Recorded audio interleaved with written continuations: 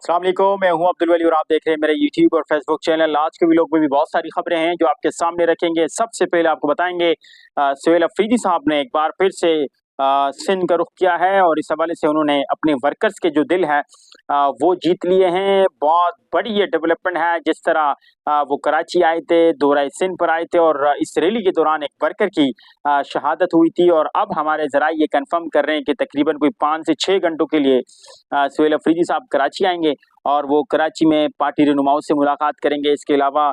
जिस वर्कर की डेथ हुई है उनके अहले खाना के पास जाकर उनसे ताज़ियत करेंगे। मलीर में जो लोग कराची के रिहायशी हैं उनको आइडिया होगा कि वहाँ पर हलीम आदिल शेख जो कि सिंध के सदर है पाकिस्तान तहरीक इंसाफ के, उनकी रिहाइशगाह जाएंगे और वहाँ पर वो उन वर्कर के अहले खाना से मुलाकात करके ताज़ियत भी करेंगे। इसके अलावा उनकी कोई सोशल एक्टिविटी नहीं है, कोई पॉलिटिकली एक्टिविटी नहीं है, किसी से भी मुलाकात नहीं है। बस वो वहाँ से फिर दोबारा मलीर से कराची एयरपोर्ट जो है वो रवाना हो जाएंगे। इसके अलावा मीना खान अफरीदी जो कि सूबाई वजीर बल्दियात है, उनसे आज सहाफ़ी ने एक सवाल किया कि ये बताएं कि इस वक्त ये गुफ्तगू हो रही है जिस तरह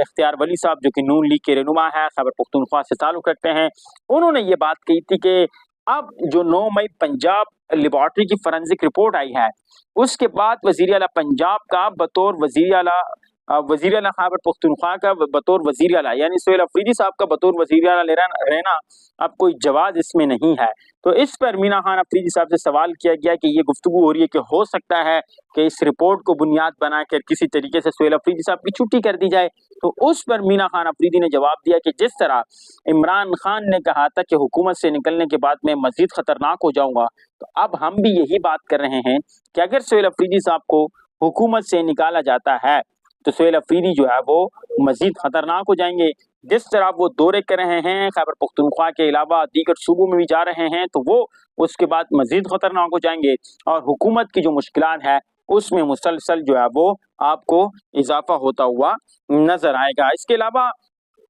जो खैबर पख्तूनख्वा असेंबली की जानिब से कोर कमांडर पेशावर को इनके ब्रीफिंग इजलास के लिए तलब किया गया था, जो खसूसी कमेटी बनाई गई है जिसमें Awami national party, Pakistan peoples party, Pakistan Muslim league Nawaz, Jamaat Islami और स्पीकर बाबर सलीम स्वाति इसकी सदारत कर रहे हैं। असेंबली की खसूसी कमेटी बनाई गई थी, उसके लिए कोर कमांडर पेशावर को तलब किया गया था और कोर कमांडर पेशावर की जानिब से फिर जो सिक्योरिटी जराए हैं उनकी जानिब से ये खबर आई कि कोई भी असेंबली किसी भी तरह से किसी कोर कमांडर को इस तरह जो है वो तलब नहीं कर सकती। उस पर आज बाबर सलीम स्वाति साहब से सहाफ़ी ने सवाल किया कि सर ये बताएं कि अब तो वहां से ये जवाब आया है। तो उस पर उनका कहना था कि अब तो मैं कहता हूं कि मुल्क के अंदर जो है वो मार्शल लॉ लगा देना चाहिए। इसमें और मार्शल लॉ में मौजूदा जो हालात है उसमें कोई फ़र्क नहीं है, क्योंकि एक असेंबली के पास इतने इख्तियार नहीं है कि वो अमन व अमान के हवाले से किसी कोर कमांडर को तलब करे, उनसे ब्रीफिंग ले, तो फिर मौजूदा निज़ाम का खात्मा करके फौरी तौर पर जो है वो मुल्क के अंदर या सूबों के अंदर जो है वो मार्शल लॉ नाफिज कर देना चाहिए। इसके अलावा अलीमा खान साहिबा ने आज मीडिया से गुफ्तगू की और मीडिया से गुफ्तगू करते हुए उन्होंने इस बात का भी जिक्र किया कि जज के सामने जो 26 नवंबर का केस है उसके हवाले से वो पेश हुई थी। तो उनका ये बताना था कि आज मैं जज के सामने पेश हुई और